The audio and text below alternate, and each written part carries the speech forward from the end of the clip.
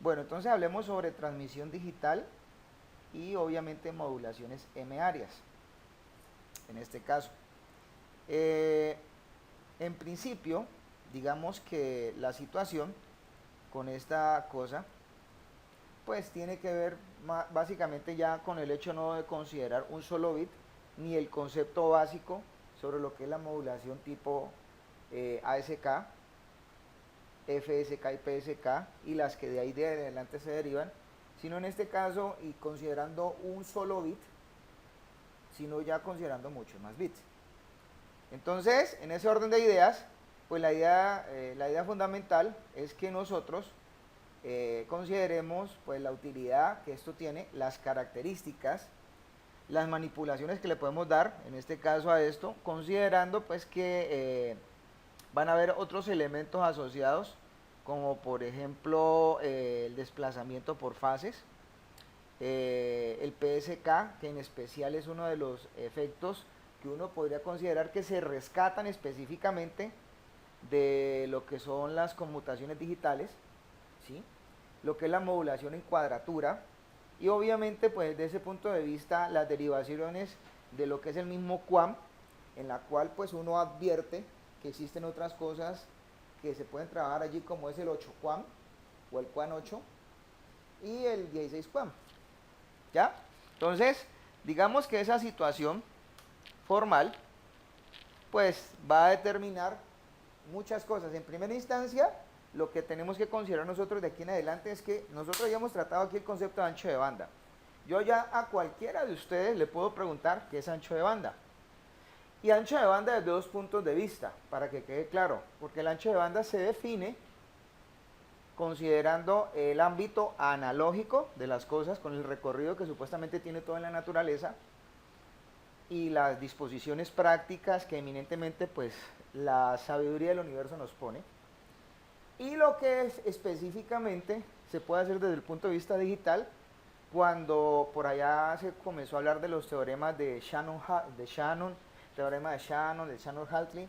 Bueno, el límite que supuestamente nos indica a nosotros, en este caso, cuando podemos tratar sobre un medio una cosa que se llama capacidad de transmisión, que está en función puntual de lo que es el parámetro físico que tiene el ancho de banda sobre las cosas en la naturaleza. O sea, ¿eso qué quiere decir? Que puntualmente, si yo quiero trabajar sobre un medio específico, las respuestas que en él hay van a depender de la naturaleza misma con la cual él mismo pueda responder. Por ejemplo, por ejemplo, para hablarlo de efecto práctico, de efecto muy mundano, hay gente que dice que hay personas que tienen más ancho de banda que otros. Aunque es un decir, aunque es una palabra, es una forma de, por medio de jerga técnica, hablar de una capacidad de algo con alguien, pues eso se confunde, ¿no? En primera instancia. Porque uno puede hablar específicamente de la resistividad de una persona, ¿sí? En este caso, de lo que puede aguantar a través de su impedancia física, y lo otro pues está asociado con la forma en cómo la misma persona procesa datos y los transfiere en el medio de comunicación. Y está asociada también con la capacidad de memoria, porque es que el buffering allí tiene mucho que ver en este caso. Ahora, ¿por qué les hablo de todas estas cosas? Porque es que precisamente estas situaciones se extrapolaron, en principio, de lo que sucedió con la naturaleza de las cosas. ¿Por qué? Porque es que todo sucede en la naturaleza primero. Y lo que hace el hombre con los modelos matemáticos y físicos es derivar desde allí todo lo que va a suceder. Entonces, ¿qué es lo que hace un ingeniero? Para que ustedes lo pongan muy en consideración. El ingeniero observa, aplica y determina ciertas características y ciertas cosas que sobre el medio que ustedes están estudiando medios realmente a fondo, es mirar desde, en ese caso, cómo lo puedo yo manipular con sus características para poder sacar un mejor provecho. Por ejemplo, la gente no cree y, por ejemplo, llega y dice, bueno, ¿cómo es que de pronto, de la noche a la mañana, pasamos de kilobits a megabits? ¿Ustedes se han contestado esa pregunta? ¿Alguien de pronto sabe decirme por qué pasó eso? ¿Alguien quiere de pronto pensar por qué sucedieron esas cosas? Y de una vez quitamos de una vez el interrogante. ¿Por qué de un momento a otro pasamos de kilobits a megabits y a gigabits? ¿Quién es capaz de decir? A ver. Sin miedo, pues, yo los escucho. A ver si de pronto leyeron a Thomas o a cualquiera de ellos. O si leyeron por ahí cualquier cosa en internet, cualquier blog. A ver, lean muchachos, lean porque es que si nosotros no leemos, si no hacemos las cosas, le cuento que nadie lee por uno. El ósmosis de conocimientos, la ósmosis, el proceso de la ósmosis de los conocimientos no existe. Eso que uno sepa ya de forma natural sabiendo es muy raro. El ingeniero se tiene que hacer. Entonces los escucho. La hipnopedia tampoco existe, yo no creo en esa vaina, ¿no? Pero bueno, dicen que sí. Yo a veces me quedo dormido escuchando musiquita para dormirme, no más. Cuénteme.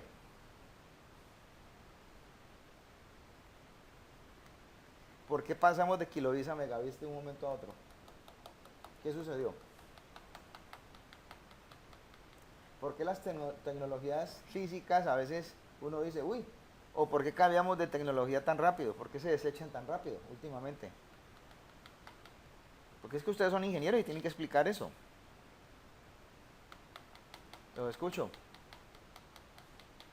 A ver, entonces me va a tocar democráticamente. Yajaira. ¿Yajaira está acá?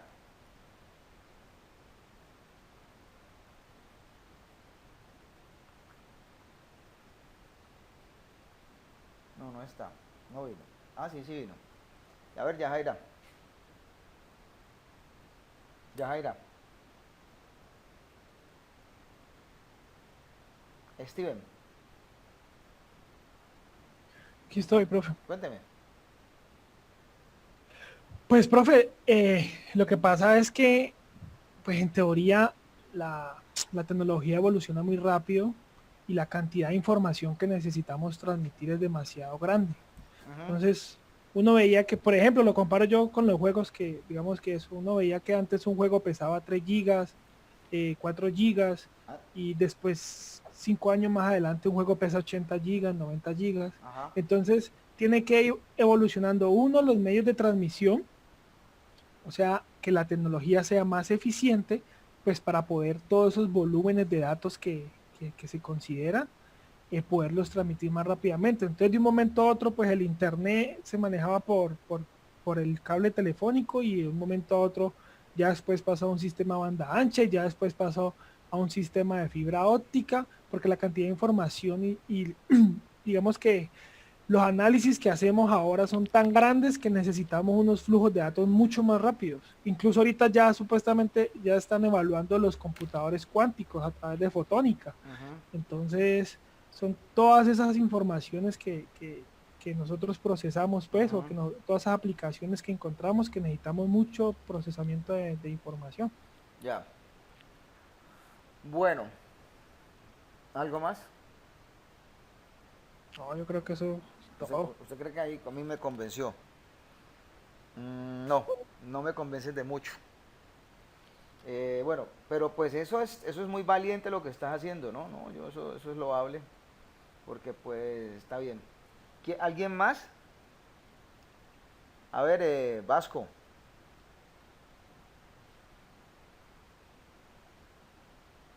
Vasco, Sí, señor. Sí, ¿cómo es? señor. Cuénteme, Vasco. Sí, señor, y no que escuche entrecortado. Ah, bueno, listo, entonces sigue entrecortado. Dígame, Carlos Arturo Narváez.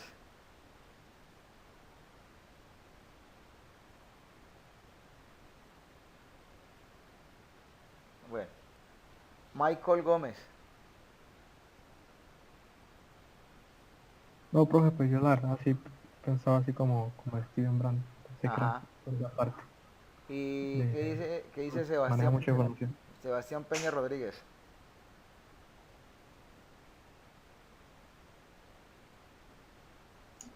No, pero no sé, profe. Ajá. Ustedes no se imaginen nada. Bueno, y Yajaira, ¿qué pasó? Pues que nos dejó solos.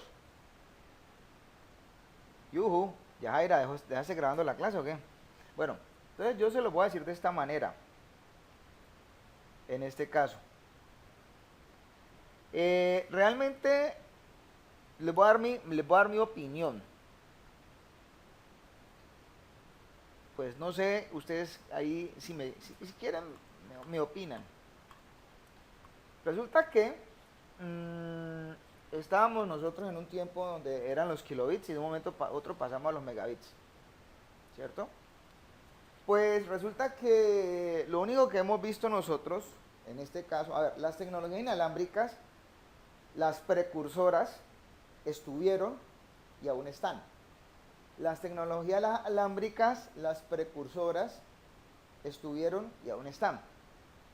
Sobre las tecnologías inalámbricas se han hecho modificaciones y se han considerado grandes cambios.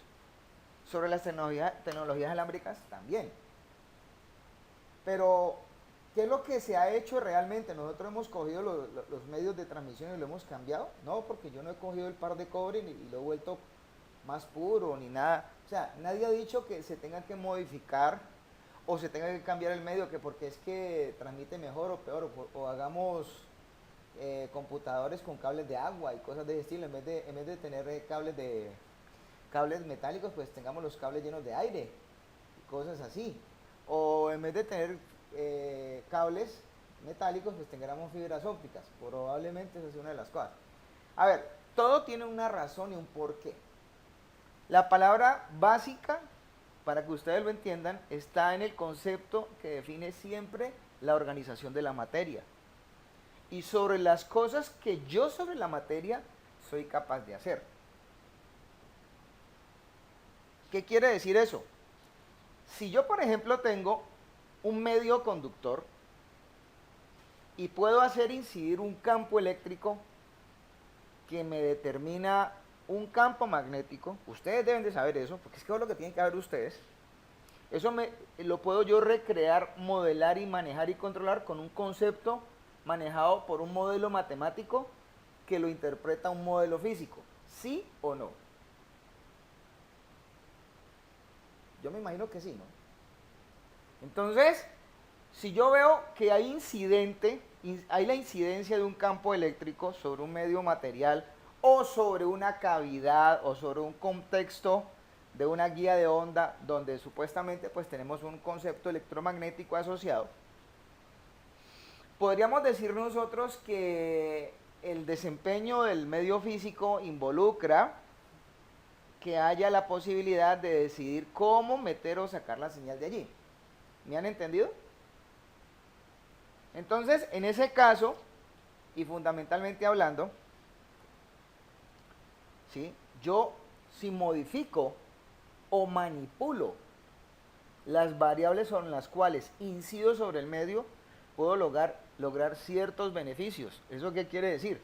Que si yo hago modulaciones más eficientes, manejo de señal más eficiente, manejo de espectro más eficiente, pues altero probablemente las condiciones con las cuales estoy trabajando sobre los medios que estoy utilizando y produzco mejores velocidades que se van a determinar en dónde, en cuanto al comportamiento que tiene que ver en el nivel del dominio de la frecuencia que se llama ancho de banda. En este caso, el ancho de banda fundamentalmente es el que define todo. ¿Por qué? Porque es la parte como tal en donde prácticamente a todo se le ve un desempeño. Ustedes son frecuencias y de hecho el mundo es frecuencias. Alguien decía por allí que las frecuencias determinaban un proceso específico de recorridos con los cuales, pues, por ejemplo, un cuerpo existía, sino que esos campos que estaban relacionados a través de esas frecuencias y considerando un efecto de unas fuerzas de cohesión lo permitían compactarse y convertirse en una cosa que llama cuerpo u objeto.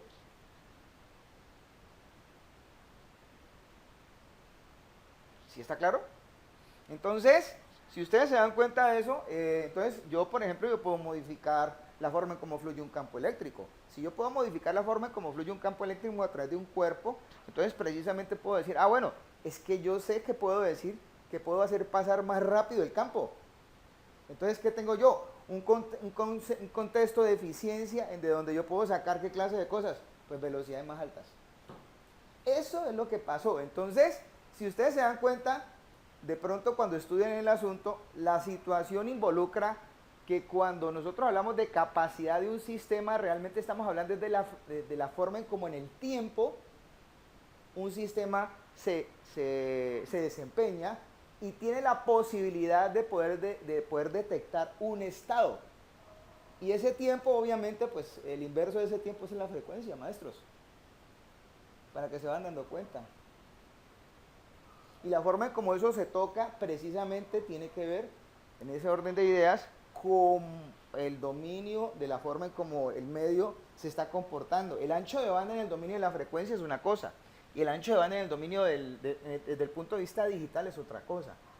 Entonces, por eso es que comenzamos a hablar nosotros de modulaciones, de considerar manifestaciones físicas y modelos matemáticos que alteran las condiciones fundamentales de trabajo sobre las cosas. Por ejemplo, por eso fue que las tecnologías DSL salieron. ¿Qué es la tecnología DSL? La tecnología DSL es la mejora que tuvo el par de cobre para supuestamente poder manejar, porque es que usted está manejando la misma señal sobre el mismo par de cobre telefónico de su casa. Lo único que colocaron entre los extremos fue una cosa que se llama modem, y eso fue todo. Es un modem que se llama DSL, un modem para una tecnología que se llama línea digital de suscriptor, que obviamente pues tiene unas condiciones con las cuales hay que jugar, pero que los rendimientos son mucho mejores. Hablando de la parte cableada, hablando de la parte inalámbrica, pues obviamente está sucediendo lo mismo. Pero ¿qué es lo que está pasando? Nosotros estamos llegando a ciertos límites para que se van dando cuenta. Y todas esas señales que ustedes están viendo que allá están considerándose, trabajando el concepto de la parte digital, pues precisamente vienen compuestas por modulaciones y demodulaciones, en ese caso, determinadas por estos mecanismos. Para que se van dando cuenta, ¿no? ¿Está claro? Esa es mi opinión. Espero que le hayan puesto cuidado porque de pronto hasta pregunto por ella.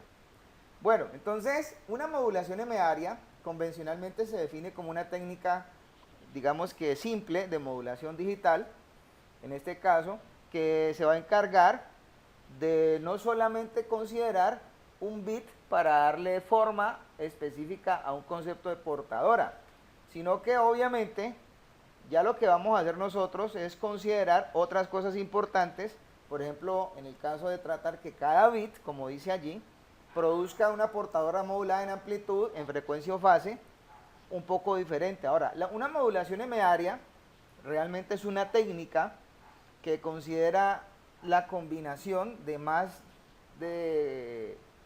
más información a la vez para producir cambios en las señales portadoras. O sea, nosotros ya no estamos hablando de un solo bit.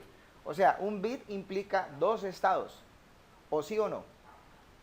Pero varios bits, cuando ya estamos hablando de varios bits, no estamos hablando, es más, no, ni siquiera estamos hablando de dos. Estamos hablando por encima de dos, pero ya dos son varios bits. Entonces eso va a implicar que cada cambio que esté allí presente nos va a determinar pues el comportamiento de los parámetros con los cuales nosotros vamos a afectar las portadoras de las señales que queremos que supuestamente vayan y expresen lo que queremos a nivel de modulaciones. ¿Qué es lo que lo va a manipular? El bit que supuestamente se considere modulante. El bit modulante es el que aporta información. No sé si me hago entender en esa parte. Entonces, cuando uno habla de un concepto M-área o asociado a las modulaciones, pues esto está derivado precisamente del esquema binario. O sea, si me lo preguntan de esta manera, el M-área quiere decir que es multibinario, o sea, es de muchos más estados. Yo no estoy manejando una sola cosita. ¿Ya? Estamos manejando muchas más cosas. No sé si lo tienen en cuenta. ¿Tienen alguna pregunta hasta acá? Bueno, entonces, en ese caso, por ejemplo, un sistema FSK o BPSK son M-áreos porque supuestamente manejan dos bits. Binario son dos combinaciones posibles, recuerden eso en este caso, ¿no? Entonces, digamos que una modulación M-área, por eso es que tiene más velocidades. ¿Por qué? Porque los eventos de manejar las portadoras están representados por más de un bit. Entonces, el PSK, que es uno de los sistemas más estelares de las comunicaciones digitales, que por ejemplo considere que maneje 4 fases de salidas posibles, pues es un sistema que tiene 4 datos para considerarlo en ese orden de ideas sobre la modulación básica. Entonces, si yo tengo una especificación de 4 referencias, es porque puedo hablar de un 4 PSK, por ejemplo. Y eso, miren que esto es lo que hace que las cosas sean más rápidas, ¿no? Porque es que usted está hablando de más cosas al mismo tiempo. No es lo mismo hablar de una a la vez que varias cosas al tiempo. Entonces, por ejemplo, aquí está una ecuación con la cual uno considera la cantidad de condiciones de salida. Entonces, ¿qué es lo que indica esa ecuación que ustedes están viendo? N igual al logaritmo en base 2 de m. El n es la cantidad de bits codificados. O sea, usted ya está hablando de que hemos ya considerado códigos. Nosotros ya hablamos aquí de códigos. Pues que hay unos códigos. ¿Cuántos tipos de códigos existen en este caso? Hasta el momento hemos visto que hay códigos de fuente y códigos de línea. Y obviamente en este caso vamos a hablar de los niveles o las combinaciones lineales posibles, perdón, las combinaciones posibles con las cuales uno puede en este caso manejar esos bits de salida codificados. Entonces, en ese orden de ideas, pues obviamente así es que vamos a hablar, con base en esta ecuación. Espero que sí me han entendido todo, ¿no? O sea, yo tengo una ecuación que me expresa logarítmicamente el comportamiento de una cantidad de bits codificados que es manejado por una cantidad de condiciones posibles de salida, de acuerdo a esos bits manejados. Espero que me entiendan. Bueno, entonces, vamos a hablar ahorita del QPSK, que es la manipulación por desplazamiento cuaternario de fase. ¿Qué es esto realmente?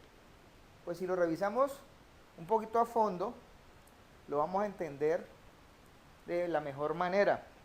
Pues digo que un poquito a fondo porque es que aquí tenemos que revisarlo sí o sí de esa manera. No hay manera de revisarlo, ¿no? De otra forma. Entonces, esta parte nos va a indicar que vamos a hablar del QPSK, o sea, el PSK básico, pero teniendo en cuenta que se le aplica una técnica M área con un M igual a 4, y ya hablamos de considerar un concepto de codificación en el cual manipulamos al menos, como es un PSK, 4 fases de salida para una señal que supuestamente estemos determinando como portadora. Entonces, en ese sentido, ¿sí?, vamos a considerar que hay 4 fases que producen 4 distintas condiciones. Entonces, estamos hablando de un sistema binario. Entonces, producir 4 condiciones distintas necesita que consideramos más de un bit de entrada. ¿Cuántos bits de entrada tenemos que tener? Entonces, sencillamente son 2. Imaginen la bobada. Con 2 bits, yo produzco un 4 PSK. ¿Eso qué quiere decir? Que yo puedo tener estados 00, 01, 10 y 11. Entonces ya tengo yo un universo en el cual el mundo con 2 bits se puede expresar. Entonces, en este caso, los datos binarios de entrada, como pueden ver, lo único que yo hago es combinarlos y esos datos se van a llamar D-bits. Entonces, esos D-bits se generan 4 posibles fases. O sea, ¿por qué generan 4 posibles fases? Porque es la composición, o sea, es una combinación realmente, 2 a la 2. ¿Alguna pregunta hasta acá? Entonces, esos son sistemas D-bit. Entonces, 2 bits hacen que supuestamente uno considere que salgan precisamente en un sistema de estos, y en estos sistemas, pues obviamente uno va a considerar un par de canales. Entonces va a considerar que salgan de forma simultánea y en paralelo a un canal que se llama el canal I y otro el canal Q, que ya habíamos revisado para qué son. Entonces ese bit I modula la portadora en fase, mientras que el Q modula la portadora luego de desfasarla a 90 grados. Entonces ahí es donde tenemos nosotros en especial este trabajo. Ahora, esto fue un trabajo matemático al comienzo, ¿no? Lograr estas cosas para que luego se convirtieran en conceptos de construcción. Porque es que nosotros lo que hacemos es aprovechar toda esta información y determinar que esto es un concepto de construcción para nosotros, un concepto de aprovechamiento, un concepto de especificación con el cual podemos tratar las cosas. ¿Ya? Entonces, considerando esta parte, se puede ver que el DBIT se ha dividido en canales I y Q. ¿Sí? Entonces, desde ese punto de vista, la operación es igual que en un modulador BPSK. Ese es el binary. El binary, obviamente, pues tiene un estado, un bit que define dos estados. ¿Sí? Entonces, en esencia, ¿qué son básicamente un modulador PSK? Un modulador PSK son dos moduladores BPSK en paralelo. Entonces, fíjense que esto es lo más de simple, ¿no? O sea, a partir de uno construye el otro. Entonces, ¿por qué es un modulador BPSK? Pues tenemos básicamente un potencial positivo para hablar de un uno lógico o un estado lógico y un potencial negativo para hablar de un cero lógico.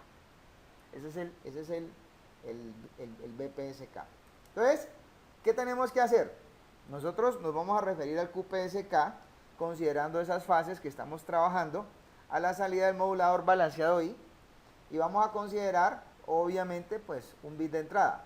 Dependiendo de ese bit de entrada, pues nosotros tenemos más o menos un seno, o sea, ya tenemos que hablar en términos de señales, seno de omega sub ct, que esta es la portadora, o menos un seno de omega ct. Entonces, aquí posiblemente tenemos dos fases a la salida en ese modulador balanceado Q. ¿Cuáles son? Tener o más coseno de omega ct o menos coseno de omega ct. O sea, ¿por qué se habla de que hay dos fases a la salida?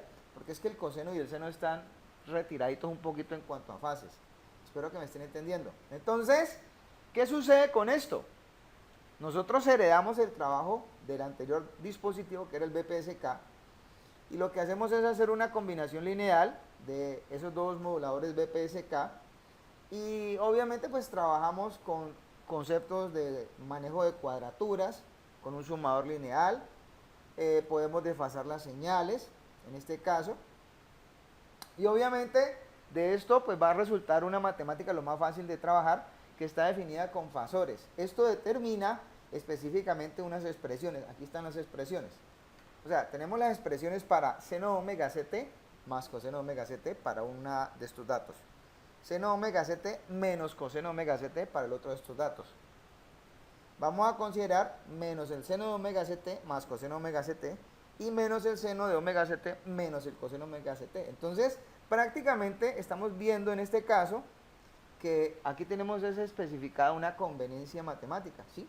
Y digamos que a partir de este tipo de cosas podemos nosotros determinar esto que les voy a mostrar acá.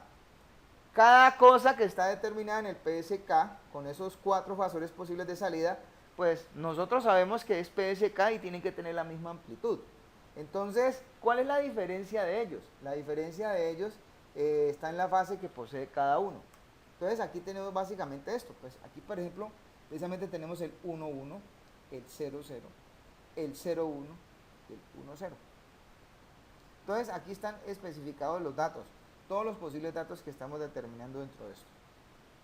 Ahora, si revisamos un poquito la corriente de bits, en este caso, ¿sí?, que van a llegar, por ejemplo, a un manipulador de bits, entonces ustedes van a ver en ese caso de que en todos estos sistemas, así como en la vez pasada, vimos que había una conversión de serial a paralelo. Entonces acá vamos a tener, en este caso, repito, canales que tengan que estar asociados o cosas que están asociadas a ese canal I, que están en fase y al canal Q en cuadratura. Y hay un canal, tercer canal C, que está allí considerado que va a ser un canal de control.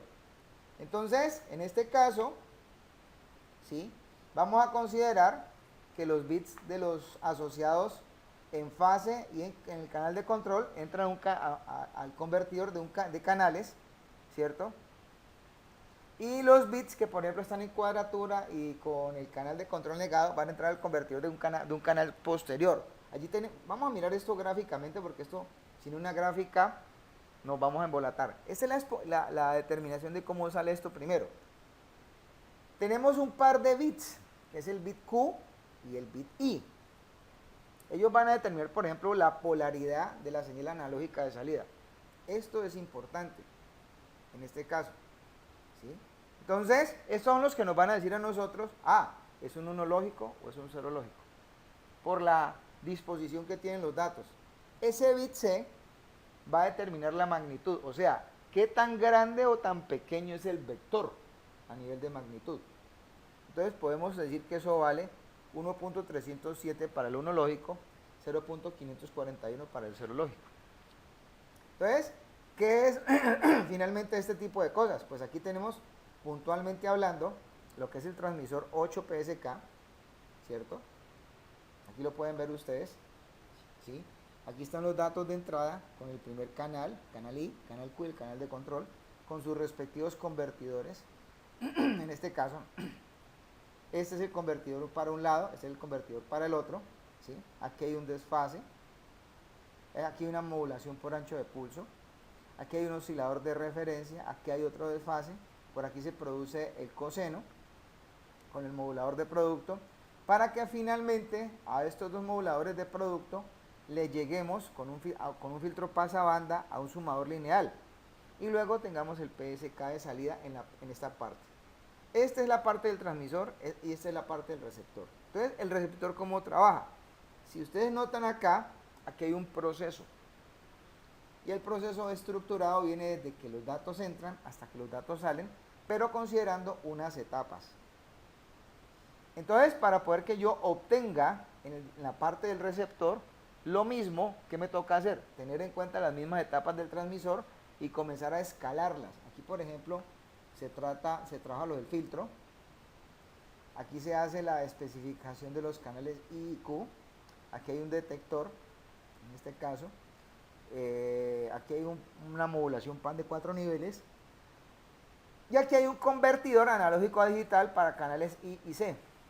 Y acá tengo yo el convertidor analógico a digital para canales C negado y Q. Y acá tenemos el convertidor de paralelo a serie. Entonces, en este caso, aquí está básicamente la forma en cómo el receptor trabaja. Ahora, pues la señal modulada en 8 PSK puede demostrarnos a nosotros qué clase de situaciones. Pues que nosotros tenemos determinado pues desde 0, 0, 0 hasta 1, 1, 1. Son básicamente esos estados, ¿no? Y ahí están supuestamente determinados los ángulos a los cuales incide cada una de estas cosas. Bueno, entonces acá ustedes han podido observar que nosotros manejamos 8 posibles fases. ¿Qué es lo que eso indica? 8 posibles fasores. Como respuesta precisamente a los datos, al tamaño de los datos que estamos manejando en este instante, que son 3 bits. Entonces, cada fasor, ¿cómo se va a demostrar? Cada fasor pues va a mostrar un desfase, el uno con respecto al otro, y obviamente pues estos fasores trabajan en una especificación de 45 grados sobre el recorrido completo, que son 360 grados. Entonces, la separación que esto tiene es importante porque esto determina qué tanta posibilidad existe para evitar las condiciones de ruido con las amplitudes que aquí se están trabajando, y obviamente en desfasar o en desviar, perdón, una fase hacia la otra y producir en ese sentido a veces errores o producir realmente errores. Profe, entonces cada uno de los valores que vimos anteriormente está desfasado 45 grados. Sí, señor. Sí, señor. Ah, Si nota un poquito, es más, de hecho vos los podés mostrar, es más, espérate, llegamos hasta acá. Hasta aquí. Esto es como más didáctico. Esto es mejor. Entonces acá la separación angular que vamos a tener entre esos vectores con esas amplitudes es esto. Entonces, para usted, ¿qué es un 8 PSK? Eso que está viendo, esas rayas. Y eso te determina vos los datos. Si notas, ahí están especificados en el Q, en el I y en el C, ¿sí? Los valores. Y la ecuación con la cual estamos hablando, la determinación de esto, cómo se especifica, ¿sí? Entonces nosotros tenemos ya realmente ya todo determinado. O sea, esto es a nivel de vectores, pero esto es a nivel de constelación. Entonces, cuando uno está trabajando en este tipo de sistemas, ¿usted qué le muestran? ¿Constelaciones o vectores? Constelaciones. Muchas gracias. Entonces, esto es lo que finalmente vamos a ver nosotros. Esto se llama un diagrama de constelación para 8 PSK. Entonces, aquí tenemos un dato, aquí tenemos el otro, aquí está el otro, aquí está el otro. Hasta que determinamos, obviamente, pues los 8 estados. Ahora, imagínense que estos son 3 bits nomás. ¿Qué pasa si yo subo a 4? ¿Qué pasa si yo subo a 5? ¿Qué pasa si yo subo a 6? Y así sucesivamente. Este es el PSK básico. O sea, en otras palabras, nosotros le gastamos bastante tiempo a la modulación de AM y FM y entender mucho en ese sentido cómo funcionaban estas cosas en el mundo analógico. Aquí le tenemos que prestar mucha más atención a la modulación que está soportada sobre las fases digitales. No es tanto la amplitud, aunque pues eso son cosas que hay que saberlas y hay que entenderlas. No es tanto la frecuencia, son las fases con las cuales en este caso pues esto va a funcionar, ¿sí? Entonces fíjense que el que se ideó esto pensó fue en campos de frecuencia, en cuestiones de cómo colocar de forma estratégica las portadoras, que son obviamente representaciones de frecuencias pulsantes con cierta intensidad, para que en ese sentido pues todo tuviera un detalle mucho más definido, ¿no? ¿Está claro? ¿Alguna pregunta a los que están allá? ¿Ninguna? Bueno, entonces ahorita vamos a hablar de la modulación de amplitud en cuadratura. Vamos a hablar del QAM. Entonces, ¿qué es un QAM? Pues el QAM es modulación, una modulación que realmente se compone a nivel digital o a nivel de conmutaciones digitales de dos tipos de modulación. En esta se puede hablar de una modulación que tiene que ver con la fase y con la amplitud. Entonces, ¿esto qué indica? Que yo puedo darle manipulabilidad a los parámetros que simultáneamente están trabajándose con una portadora, que son en este caso su amplitud y su fase. Entonces, nosotros estamos produciendo un proceso que nosotros lo que tenemos que considerar es que los fasores formen unos ángulos mucho más diferentes a los anteriores, que sobre estos haya una medida muy referente para determinar que haya una modulación de amplitud en cuadratura. ¿Ya?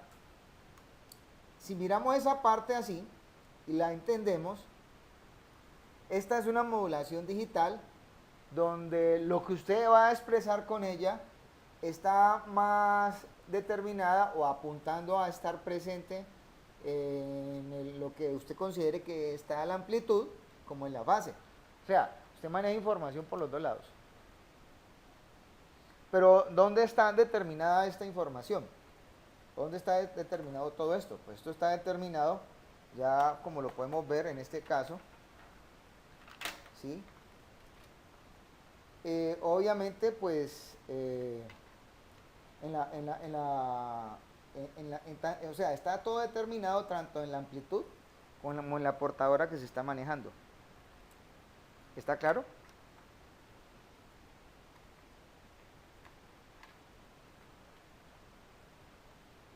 ¿Alguna pregunta hasta acá, jóvenes? ¿Sí me han entendido o no?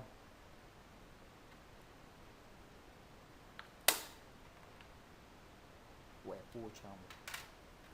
Otra vez. Bueno. Sí, profe.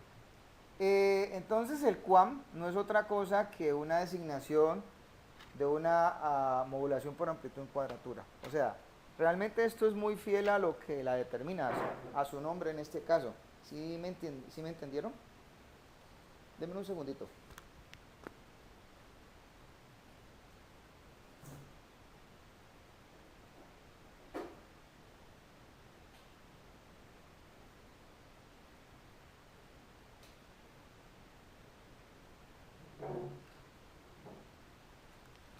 Bueno, continuemos. Entonces, aquí tienen ustedes un modulador 8 QAM. Fíjense que ahí tenemos precisamente una entrada por 3 canales. Se parece mucho a lo que hemos acabado de revisar del otro modulador. Tiene una similitud muy alta, como pueden ver, ¿cierto? Tenemos Profe, aquí en este esquema que se ubican esos círculos con X. ¿Qué son esos esquemas con los círculos con X? Imagínense qué son. Multiplicador. No. A ver, esos son mezcladores, realmente. Mezcladores. Acuérdese que nosotros acá no podemos hablar puntualmente de cosas, o sea, los sumadores sí existen para nosotros. Sí, el último que está. Sí, exacto. O sea, sí se acuerda que nosotros, cuando estuvimos hablando de las modulaciones, pues que una cosa era hablar del modulador, de los moduladores primarios, o sea, una cosa era sumar una señal y otra cosa era superponerla y hablar específicamente de cosas que de pronto estuvieran más en el punto de referenciarlas para poderla manejar hasta con elementos, eso lo vimos al comienzo de esta parte, ¿no? Con elementos que tenían que ver con un concepto no lineal, ¿no? ¿Sí se acuerdan? Yo me imagino que sí. Bueno, entonces, allí tienen ustedes un modulador QAM, ¿cierto? Ese es el modulador QAM. Si ustedes lo notan ahí un poquito, ese modulador QAM, pues obviamente está compuesto, en este caso, de esos elementos. Él tiene mezcladores, ¿sí? Tiene básicamente filtros, puntualmente hablando, ¿sí? Son elementos realmente muy simples, pero lo importante de esto está en la conversión de los niveles, en este caso, ¿sí? Porque es que resulta que yo estoy hablando ya de 8 QAM. Entonces, ¿qué sucede aquí? Supuestamente, allí llegó un bit. ¿Qué sucedió en ese punto de control? Pues miremos a ver qué pasa. Debe de llegar otro bitcito en otro momento determinado. Aquí, por ejemplo, llegó el otro 0. Supuestamente llegó al canal I. Ese bit 1, pues, si lo vieron lo que pasó, ¿no? Me voy a devolver.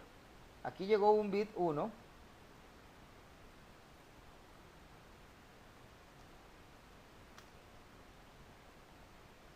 Pero un momento que eso está pasando muy rápido. Bueno, allí llegó ese bit, ¿cierto? Él tuvo que haberse procesado y el paso del conversor de 2 a 4 niveles. Luego llegó al canal I y se aplicó ese bitcito, esto es una palabra cualquiera, y él entró al conversor de 2 a 4 niveles, de arriba. Luego llegó, en este caso, otro bitcito que se acomodó en el canal Q, y pues obviamente de forma referencial, él también entró a determinar y a trabajar con cosas que estaban asociadas precisamente al canal Q. Entonces, la palabra que nosotros tenemos allí para trabajar es ¿cuál? El 101. Eso es un ejemplo. En este caso, para que lo miren muy bien. ¿Qué sucede? Pues nosotros lo que hacemos es alimentar esto en estas máquinas, ¿sí? Desplazar la información. Para que determinemos esta parte, pues ya las palabras entran de esta manera, ¿sí? El orden, pues ya lo sabemos nosotros cómo llegó. Y obviamente, pues en este caso, lo que pasa acá es que a estos dos se le alimenta este dato y posteriormente, ¿qué sucede? Pues ya de ahí en adelante se producen precisamente estas cosas. Este es el menos 1.307 y ese es el 1.307. ¿Por qué produjo este valor en este conversor de 2 a 4 niveles? Bueno, aquí está entrando un 1 y un 0. Acá estaría entrando un 1 y un 1. Ya teniendo nosotros esta magnitud, en este caso, eso entra a este dispositivo que está aquí y esto produce precisamente esto que estamos viendo nosotros. Si se acuerdan que lo estuvimos viendo nosotros acá al comienzo del curso. Bueno, estos son conceptos ya un poquitico más derivados del manejo lineal de una señal. Entonces, por arriba tenemos nosotros el seno de omega c de t y por debajo tenemos el coseno debido a lo que sucedió acá. Ahora, este oscilador que está aquí fue el que alimentó precisamente esto. Este oscilador alimentó este dispositivo que está acá y desfasó por un lado la misma señal que entregó la misma señal que había entregado por el otro. Entonces luego va esto a un sistema de filtrado en el cual por un concepto de una sumatoria nos produce una señal de salida. Esto es uno de esos estados. Entonces aquí nos produce menos 1.307 seno de omega c de t más 1.307 coseno de omega sub ct. Entonces, este es uno de esos estados. ¿Y esto qué? Esto es lo que se va. Esta es la representación de lo que estamos nosotros queriendo decir. En este caso, pues obviamente ese convertidor nos va a entregar qué clase de cosas. Pues aquí tenemos nosotros las tablas con las cuales esto se determina. Este es el transmisor 8QAM con su diagrama en bloques, la tabla de verdad con sus convertidores de 2 a 4. Entonces, si en ese caso pues estamos viendo nosotros pues ese módulo, si viste que, ¿por qué no te contesté que era un multiplicador? Porque es un modulador de producto. Cuando yo te hablo que es un modulador de producto, pues precisamente no es un multiplicador, debe ser algo puntual. Acuérdese que nosotros, si hacíamos sumas literales con las señales, pues no era lo que precisamente estábamos buscando. Cuando estamos hablando es precisamente en las modulaciones. Nosotros tenemos que hablar es del concepto de la superposición. ¿Sí me entendieron todos? ¿Aló? Sí, profe.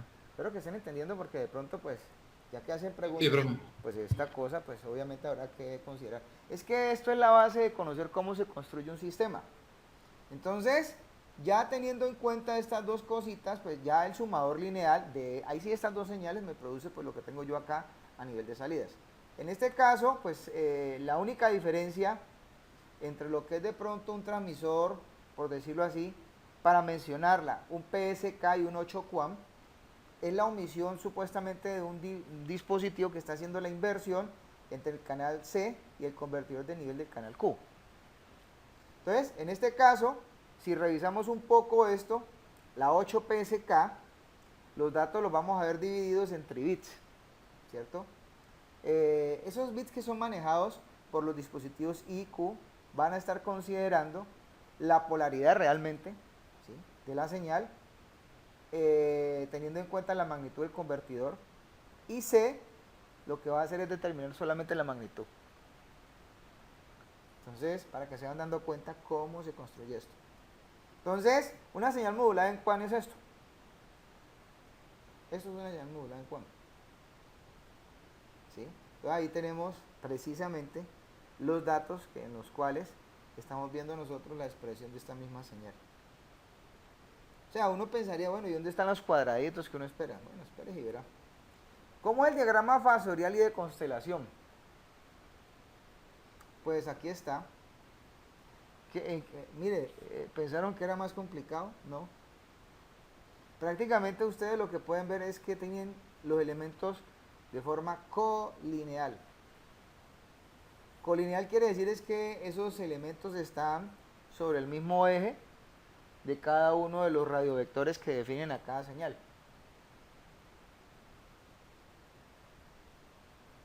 ¿Sí se la pillaron o no? ¿Ya? Entonces, ¿por qué hay 8 puntos? Bueno, los puntos están aquí. Este es 1, 2, 3, 4, 5, 6, 7 y 8. Y acá, bueno, acá está un poquito más específico. ¿Lo han entendido? ¿Está claro?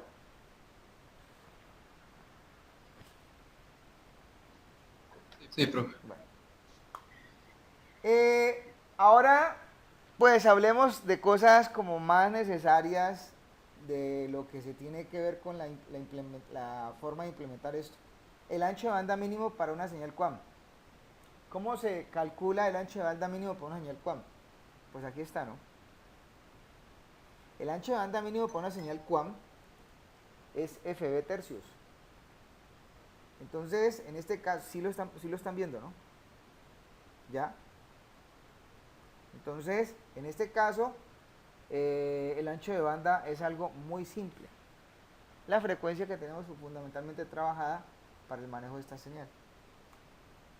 Bueno, ahora pues cambiemos un poquito y hablemos de una modulación QAM, pero no QAM normal, sino un QAM 16.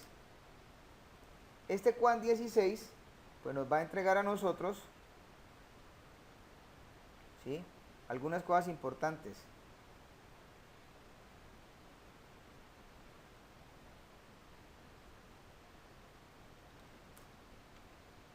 Entonces, aquí tenemos un sistema de medario con m igual a 16. Entonces, acá los datos de entrada nos los vamos a manejar en grupos de A4. Entonces, ¿cuántas posibles condiciones de salida tenemos? 16. Entonces, la modulación QAM va a manipular, pues ya hemos dicho, tanto la amplitud como la fase de la portadora que se está transmitiendo. Entonces, en este orden de ideas, esos datos binarios van a estar considerados por los canales I, I', Q, Q'. Entonces nosotros vamos a hacer una sincronización de esos bits que están allí para que entren en ese, a nivel serie, en ese divisor que lo va a pasar de divisor, que lo va a pasar de serie a paralelo, para que supuestamente pues después se puedan manipular y los podamos manifestar dentro del mecanismo que los va a procesar por los diferentes canales. Entonces, si miramos esta parte, vamos a ver cómo afecta esto. Pues, como primera medida, vamos a ver dónde pegan los bits I y Q. Los bits I y Q manejan la polaridad de salida. Y los bits I', Q' determinan la magnitud. ¿Eso qué quiere decir? Entonces, tenemos nosotros estos conjuntos de datos. Entonces, el bit I y Q normal te van a decir a vos, bueno, yo tengo más 1 voltio, o más positivo o menos negativo, menos voltaje negativo. O sea, ¿eso qué quiere decir? Estamos indicando precisamente qué polaridad existe. O sea, esto me sirve a mí para trabajar códigos polares. Así de sencillo, ¿no? Y los bits y negados del I y el Q van a determinar el concepto de la magnitud. Entonces, por ejemplo, el 1 vale 0.821. El 0 lógico va a valer 0.22. Entonces, estos convertidores van a generar señales de 4 niveles. ¿Cuáles son las señales? Tengo 0.821, menos 0.821, menos 0.22 y 0.22. Ahí están las 4 señales. Y la combinación que esto permita, ¿no? En este caso. Entonces, aquí tenemos precisamente, miren bien, el dispositivo. Este es el convertidor. Aquí entran los datos binarios, entonces se alojan en Q, Q', I, I'. Y esto pasa a los convertidores de 2 a 4 niveles. Se someten al modulador balanceado, en donde pues precisamente ocupa acá esto, en este caso, un procedimiento el cual me da una ecuación de salida, ¿sí? Entonces yo tendría por este lado un valor y por este lado tendría otro. Es más, de hecho, aquí esto está entrando un desfasador de 90 grados y desplaza la señal que inicialmente teníamos de un seno por un coseno. Y obviamente pues esto llega en conjunto con la parte de lo que está arriba a este sumador lineal para determinar precisamente con un filtro banda posterior qué señal de salida tenemos en 16 QAM. Entonces acá tenemos nosotros lo que involucra tener I, I', y Q, y Q'. Y eso es básicamente todo, ¿no? ¿Ya? Para este modulador de 16.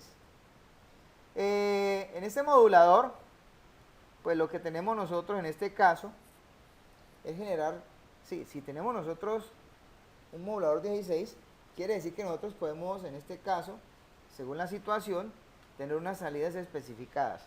Se habla de un sumador lineal, pero yo no me atrevo a decir en ese sentido que sea como tan sumador. Yo le diría que es un elemento combinatorio que combina las salidas de los moduladores de productos.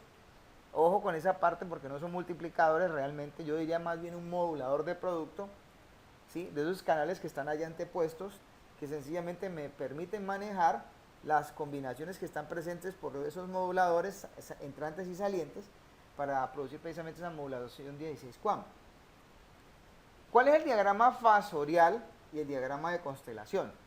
El diagrama fasorial y de constelación que inicialmente vamos a demostrar, pues aquí está el diagrama de fasores y deben de haber cuántas rayas. Pues tiene que haber más o menos, en este caso, las suficientes como para determinar que aquí tenemos el resultado completo. Entonces ahí pueden ver ustedes que por cada cuadrante realmente hay 4 vectores. Y obviamente entre los 4 cuadrantes terminamos nosotros determinando las 16, los 16 valores típicos. O sea, por cuadrante tenemos, perdón, por cuadrante tenemos 4, ¿cierto? Entonces 4 por 4 pues 16. Este es el diagrama de fasorial y este es el diagrama de constelación.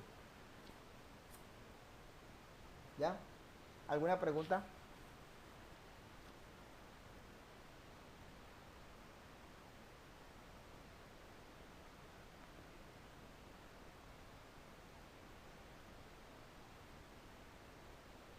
¿Hay ninguna? No, profe, gracias. De nada, pues, ¿le produzco un tintico o qué? ¿Quieren hacer una pequeña pausa para un café? Están como dormidos. Aló. Hola, pero contéstenme. ¿Están? Pues, profe, estaría bien, sí, dale, sí, pues nada, un cafecito y no está. Bueno, entonces, entonces es el diagrama fasorial. ¿Ya? Y el diagrama de constelación de esta parte. Entonces, ya demostrando esa situación, ¿cómo calculamos el ancho de banda mínimo? Pero acá está. Sencillo. Entonces, en otras palabras, el ancho de banda mínimo es la frecuencia trabajada en esto. La frecuencia de bit. ¿Ya? Es el tiempo, es el periodo de bit. Eso es todo. Ese es el ancho de banda. Bueno, entonces vamos a mirar una pequeña comparativa de estas modulaciones. Entonces a uno le dicen, bueno, en este caso, ¿cómo sería trabajar la eficiencia del ancho de banda? Porque es que resulta que cada modulación pues va a ofrecernos en este caso la posibilidad de determinar un comportamiento. Entonces, en este caso, digamos que con frecuencia la eficiencia del ancho de banda es uno de esos parámetros que se usan para mirar o para comprobar el funcionamiento de las técnicas de modulación o de esas técnicas de modulación. En otras palabras, uno la define como la rapidez que tiene una transmisión a nivel binario, en este caso, en donde esto está relacionado con el ancho de banda mínimo que se tiene que tener para poder funcionar en un esquema de modulación que en ese sentido estemos nosotros trabajando. Entonces, ¿qué quiere decir? Esa rapidez es la que determina prácticamente todo. Entonces, esa eficiencia, obviamente, ¿cómo se determina? La eficiencia del ancho de banda se normaliza cuando estamos trabajando precisamente un determinado ancho de banda de 1 Hz. ¿Sí? Entonces nosotros vamos a indicar esa cantidad de bits con las cuales nosotros vamos a específicamente propagar una señal a través de un medio por cada hertz de ancho de banda. Entonces, en ese caso, fíjense muy bien que esa rapidez viene determinada por la eficiencia del ancho, esa eficiencia del ancho de banda viene determinada por la rapidez de la transmisión sobre el ancho de banda mínimo. ¿Ya? En otras palabras, pues obviamente esto sería revisar un poco el concepto del manejo temporal también, porque aquí tenemos bits por segundo. ¿Ya? Aquí hay unas actividades complementarias, por ejemplo, dicen a ustedes, deduzca los fasores que se obtienen para la cadena binaria 1, 0, 0, 0, 1, 1, 0, 0, empleando 16 PSK o 16 QAM. Determine la velocidad de salida de cada modulador si los datos provienen de una fuente que los produce a 28.8 kbps o 28.800 bits por segundo. O sea, esto era lo que pasaba antes en este caso, ¿no? ¿Alguna pregunta? ¿Tienen alguna pregunta? ¿Preguntas, jóvenes? Sí, pues estamos determinando modulaciones bisímbolas. Nosotros ahorita hablamos de modulaciones M-áreas, ¿no? Entonces aquí hay un pequeño refuerzo en este caso. Entonces acá nosotros estuvimos conversando, estuvimos tratando puntualmente lo que eran las modulaciones digitales bisímbolas, ¿sí? En este caso que era el ASK, el PSK, el FSK, que pues son las que estamos diciendo que vamos a usar para transmitir posibles estados de una señal modulada, que es obviamente pues lo que estamos revisando nosotros es la característica con la cual vienen determinadas estas mismas señales, que en ese caso pueden ser características asociadas a la amplitud, a la frecuencia y a la fase.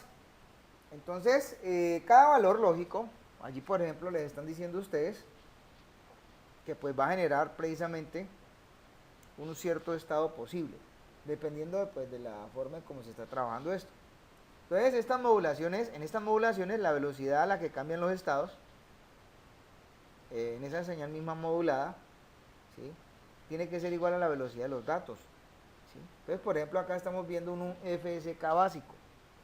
Ese FSK básico, están viendo ustedes que representa ceros y unos en el dominio del tiempo, ¿cierto?, de una manera muy directa, en la cual pues se puede apreciar la forma en cómo los estados de la señal cambian, ¿sí?, y en donde puntualmente están determinando también el concepto de lo que es la velocidad de los datos. Por ejemplo, acá pueden apreciar ustedes ya que las modulaciones bisímbolas, siendo modulaciones multisímbolas, ¿sí?, ya hemos dicho nosotros que esto proviene puntualmente de una consideración que tiene que ver con el hecho de que tengamos que manejar una fórmula matemática en la cual podemos decir nosotros cómo está construido esto. En la parte de abajo, ustedes allá están viendo, aprecian un poquito los estados de los datos que se están transmitiendo.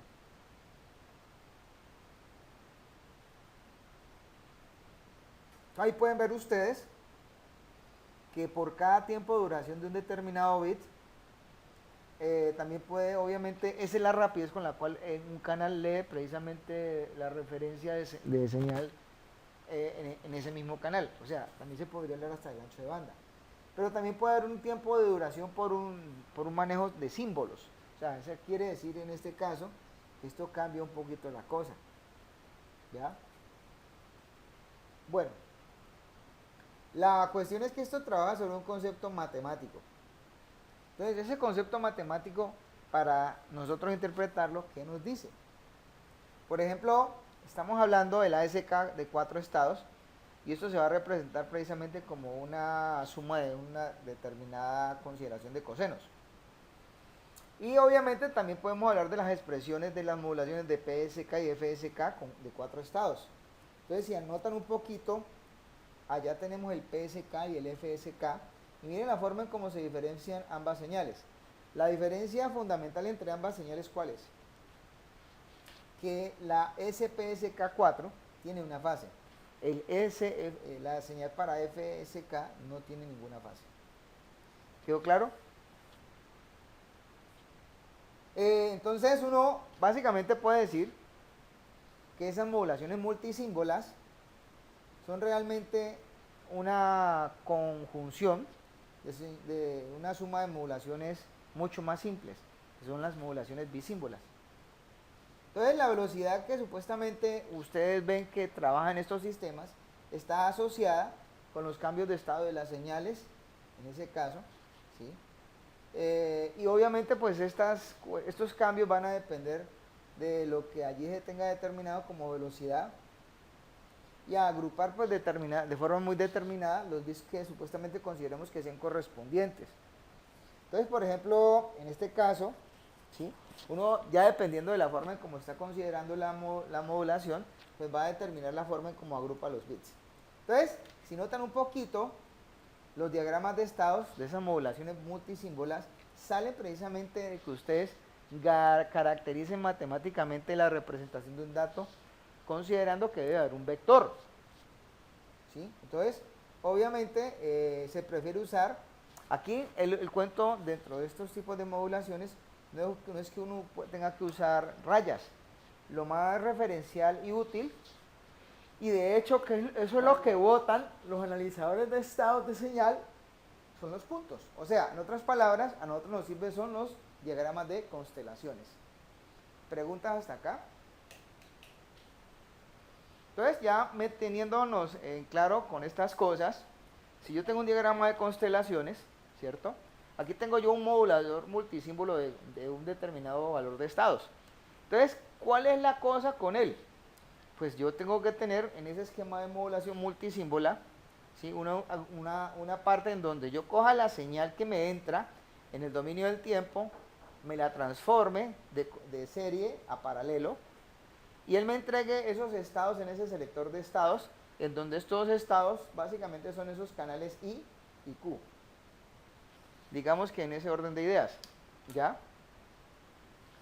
Y obviamente, pues, lo que produce la salida de estos manejadores de estados es la señal modulada con los posibles estados que se han determinado. Ahora, la velocidad de la modulación multisímbola aquí está un poquito más especificada y más explicada. Podríamos mencionar que acá la modulación es, por ejemplo, útil porque digamos que esto permite diferenciar lo que es el concepto de velocidad de datos y la velocidad a la que se producen los símbolos, porque no es lo mismo. ¿Ya? O sea, a una cosa es decir la velocidad a la que se modula, que normalmente eso está en función del número que está componiéndose de bits, que hay que agrupar entre otras cosas, ¿sí? Para representar, por ejemplo, esos posibles estados en los cuales se tenga la señal modulada. Entonces, por ejemplo, en este caso uno va a considerar que significativamente hablando, hay algunas señales que se denotan acá, que siempre normalmente son menores, o es menor un determinado valor n, un valor especificado de escalamiento, dimensionamiento, en este caso, a la variable que estamos nosotros determinando. Por ejemplo, acá, ¿sí?, se están determinando precisamente las velocidades de los datos, en este caso. Bueno, ¿tienen alguna pregunta hasta acá? Aquí están hablando ahorita de la forma en cómo se trabaja la modulación multisímbola. Entonces, digamos que aquí le están pidiendo a uno que considere las modulaciones multisímbolas como básicamente qué clase de cosas, como la construcción de una sola cosa a partir de unos bloques, que son en ese caso a los que vamos a ilustrar fácilmente, ¿sí?, que tienen el comportamiento que queremos nosotros garantizar, que tiene el comportamiento con el que tenemos que garantizar qué clase de condiciones. Pues la suma o el concepto como tal de lo que es la producción de los espectros de cada modulación bisímbola, ¿sí? Entonces, por ejemplo, acá se parte de conocer y de determinar el comportamiento del ASK y el PSK, ¿cierto? Entonces, en este caso, ¿qué es lo que uno está esperando de estos dos mecanismos? Perdón. Entonces, digamos que la idea como tal es tener en cuenta un criterio para tener relación con lo que es el ancho de banda, que obviamente de forma necesaria va a tener que corresponder al doble de la señal digital que la está modulando, ¿cierto? Que obviamente pues eso va a estar en función de la misma velocidad de los datos, para que se den cuenta. Ahora, esa ecuacioncita que están viendo allí, que es el ancho de banda bisímbola, obviamente pues eso es un factor n que nos va a permitir escalar esta ecuación. O sea, en otras palabras, la relación de una modulación bisímbola son un factor n, nos produce a nosotros el ancho de banda en la modulación multisímbola. ¿Ya? Aquí tienen, por ejemplo, en este caso, conceptos demostrativos de lo que supuestamente sucede con una señal en el dominio de la frecuencia. Entonces aquí tenemos en este caso la expresión de un FSK de 4 estados, o sea, una SK4, ¿cierto? En la cual, por ejemplo, podemos ver nosotros los espectros determinados en el dominio de la frecuencia, ¿sí? Y obviamente se dan cuenta ustedes que pues tienen una determinación muy diferente. Esta es una pequeña tabla de comparativa con las modulaciones digitales. Entonces, por ejemplo, acá les comentan a ustedes, bueno, listo, ¿cuántos estados para la modulación 4 PSK tenemos de amplitud? Pues tenemos que 1. ¿Cuántos estados de base? Pues tenemos que 4. ¿Cuántos estados de portadora? Pues tenemos que 4. ¿Cuántos números de vías agrupados? Pues tenemos 2. ¿Qué relación señal-ruido es la más tolerable para comenzar a trabajar con estos sistemas? Pues están especificadas allí con esos ciertos valores. ¿Ya? Entonces aquí se está hablando del 2ASK, el 12PSK, el 12PSK, el 4PSK, el 8PSK, el 16PSK, 16 QAM, 32 QAM y 64 QAM. Uno muchas veces piensa, bueno, pero esto no será lo mismo que combinar bits o buscar combinaciones, pues no siempre, ¿no? Y pueden ustedes anotar, porque estos ya son comportamientos intrínsecos de las señales. ¿Tienen alguna pregunta?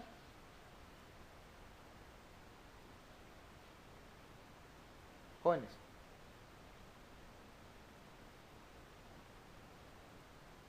Sí, se me olvidó.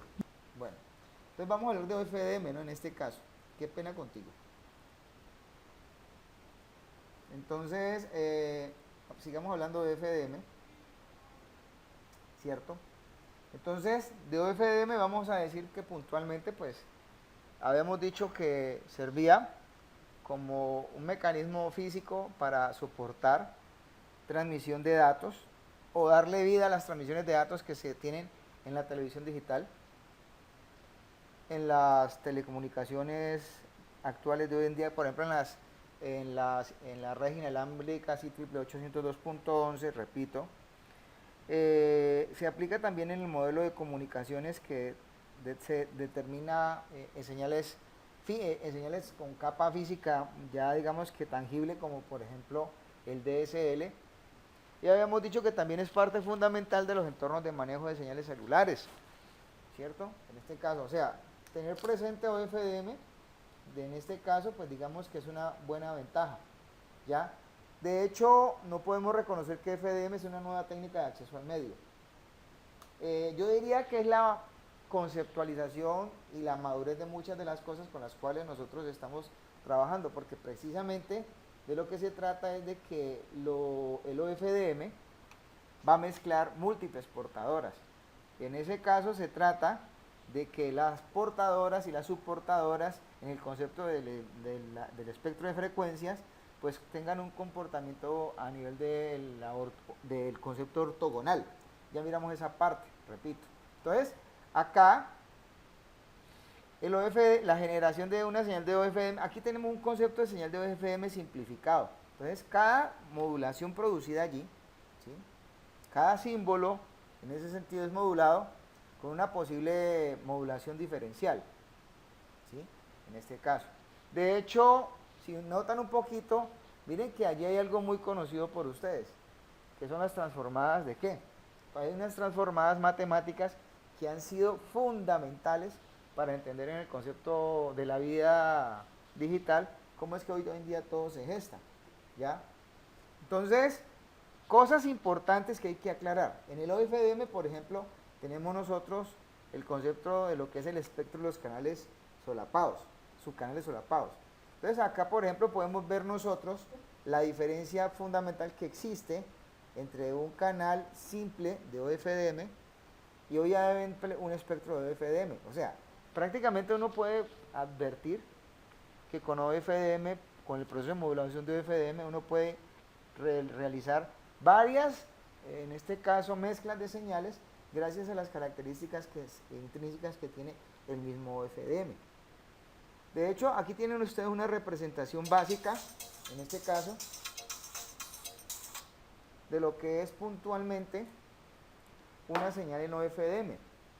Si notan un poquito allí, ustedes pueden ver un espectro, que es la presentación del concepto de frecuencias subportadoras que se manejan en OFDM. Aquí ahí está la comparación específica entre lo que es OFDM, ¿sí? Y el sistema FDM, que es la modulación por división de frecuencias, que no es lo mismo, ¿no? En este caso, ojo con esta parte, porque mientras que en OFDM hay unos solapamientos, ahora, en este caso, en FDM prácticamente no. Miren que la posibilidad de manejar en OFDM más señales se presenta precisamente gracias a eso en el mismo ancho de banda. ¿Eso qué quiere decir? Que se aprovecha más el ancho de banda. ¿Ya? Entonces eso involucra que uno pueda ubicar más canales, puntualmente hablando, ¿cierto?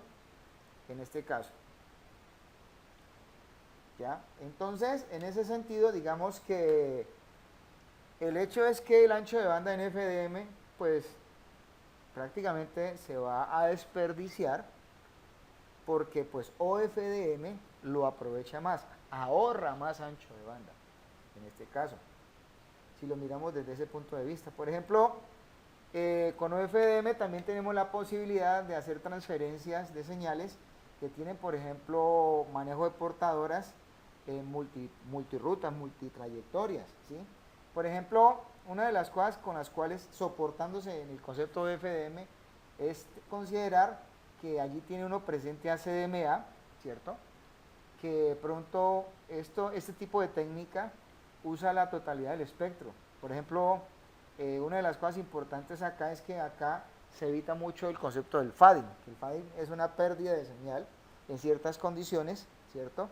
Entonces, CDMA, teniéndolo como un aliado para este procedimiento, pues evita problemas de CDMA, digamos que puede en un momento específico, no sabiéndolo manejar, convertirse no solamente en algo, digamos que, perdón, incómodo, sino que ya deja de ser un aliado.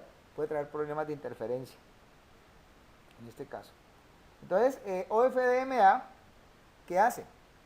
OFDMA solamente, ¿qué hace? Pues tiene la disposición por su requisito de construcción de seleccionar subportadoras, ¿sí? Que pueden considerar ellas en su estructura matemática un concepto de degradación menor, que en ese sentido viene básicamente asociada por la pérdida misma de recursos del sistema, que eso que puede estar asociado con un sistema de estos. Estamos hablando de redes que están sistemas con señales soportadas en sistemas que pueden estar soportados, por ejemplo, en conceptos inalámbricos, que por ejemplo pueden considerar que tienen pérdidas de potencia, que pueden, por ejemplo, tener pérdidas de throughput, ya en ese caso. ¿Eso qué involucra? Que si esto no se maneja bien, pues esto involucra que o se gane o se pierda capacidad dentro del sistema. De hecho, si miramos aquí otro poco más, miren bien la forma en cómo se aplica todo este tipo de situaciones, ¿sí? La eficiencia que se tiene conceptualmente espectral dentro de esta técnica es uno de los factores de importancia para hoy en día tener en cuenta en los servicios de datos. Por ejemplo,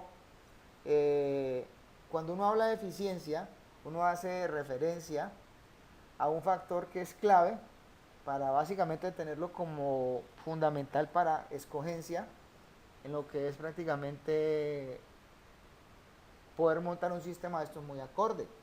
Digamos que hoy en día, si nosotros decimos, por ejemplo, qué sistemas encontramos con esto, por ejemplo, los sistemas que hoy en día aprovechan mucho esto, precisamente para aprovechar el ancho de banda, son los sistemas, por ejemplo, Wi-Fi, ¿sí? El sistema WiMAX, el sistema celular, bueno, hay muchas cosas. Fíjense que en este caso lo que podemos nosotros encontrar de forma conveniente es que uno puede agolpar muchísimas más señales en el mismo ancho de banda que antes una técnica de estas usaba para agolpar o agrupar muy poquitas señales. Entonces el aprovechamiento específico, los niveles de transferencia de datos, entonces comienzan a darle a uno como las razones. Entonces ahorita es que entiendo por qué es que las velocidades son mayores. ¿Por qué? Porque es que en el mismo ancho de banda me acomodaron más señales y me transfieren más datos. Entonces, ese tipo de situaciones comienzan como a resolver un poco de inconvenientes. El CDMA, pues básicamente es una técnica que se denomina técnica de espectro expandido, que ¿qué hace? Pues permite que múltiples usuarios accedan al mismo canal, como están viendo acá, mediante un concepto de multiplexación de quienes estén presentes en sus transmisiones en un espacio especificado por una puntual codificación. Entonces, ¿esto qué quiere decir? En ese caso, ese CDMA, ¿sí? Esa técnica, digamos que pues en principio fue muy útil y fue muy utilizada en ese caso cuando específicamente se le quiso comenzar a dar ribetes de importancia a el caso del manejo de las comunicaciones encriptadas, el caso del manejo de las comunicaciones seguras.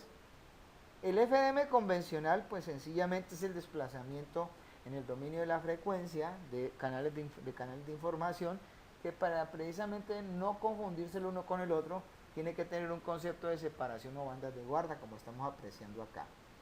De hecho, es muy similar al TDM, ¿no? En este caso, porque no hay solapamiento, ¿ya? O sea, cuando se habla de una ecualización es porque son fácilmente sintonizables, en este caso. El OFDM es una cosa muy diferente. ¿Por qué? Porque con OFDM nos estamos encontrando que, pues, en el mismo ancho de banda en donde se disponía un FDM convencional, el OFDM lo hace prácticamente hace lo mismo en la mitad de lo que hace ese ancho de banda o en prácticamente una porción de él. O sea, ¿por qué se puede hacer esto? Porque hay solapamiento de los canales y obviamente gracias a que se pueden determinar que las portadoras presentes tienen un contexto de comportamiento ortogonal. Acá para poder determinar esto en la electrónica se usa la detección coherente, o sea, la detección de portadores y de sistemas de portadoras coherentes en este caso, ¿ya? Y eso involucra pues que hay en ese sentido muchos ahorros, digamos que mostrados básicamente sobre la determinación del mismo ancho de banda. Ahora, como se puede considerar esto de esta manera, pues esto permite manejar muchas más altas velocidades. De hecho, si nosotros aquí vamos a revisar cómo se trabaja OFDM en 802.11, que es la aplicación que se utiliza para WLAN, aquí podemos ver los diferentes estándares, los básicos, por ejemplo, es 802.11 plano, está el A, el B y el G. Entonces, claro, obviamente hoy en día hay más. Pero pues para que nos demos cuenta en este caso qué es lo que está pasando. ¿Quiénes usan OFDM? OFDM hoy en día lo están usando a partir de esos estándares básicos. Están usándolo 802.11a en la banda de 5 GHz y 802.11g, que es básicamente en esta banda de los 2.4 GHz. ¿Y por qué? Porque pues vamos a encontrar nosotros que 802.11b utiliza DSSS. Entonces, ¿cuáles son las velocidades o las tasas de manejo? Por ejemplo, en 802.11a van desde 48 megabits, de 6 megabits por segundo a 48 megabits, ¿ya? En este caso. Y en G tiene los mismos datos, los mismos valores que tiene 802.11a. ¿Ya? Bueno. ¿Qué aplicaciones se implementan con OFDM? Entonces hoy en día pues OFDM se utiliza, pues, o sea, uno cree que en este caso pues OFDM es una técnica de modulación inventada para ciertas cosas. No, la extensión del concepto es bastante amplia. 802.11a de la IEEE para WLAN en esa banda que ya les mencionaba yo que está en los 5 GHz. Entonces esas son esas aplicaciones. Entonces de esto pues uno puede encontrar soluciones de interiores y exteriores. Hay comunicaciones inalámbricas de sistemas de banda ancha para servicios, por ejemplo, que tienen que ser multimedia, que tienen que considerar velocidades de hasta casi 200 megabits por segundo, ¿sí?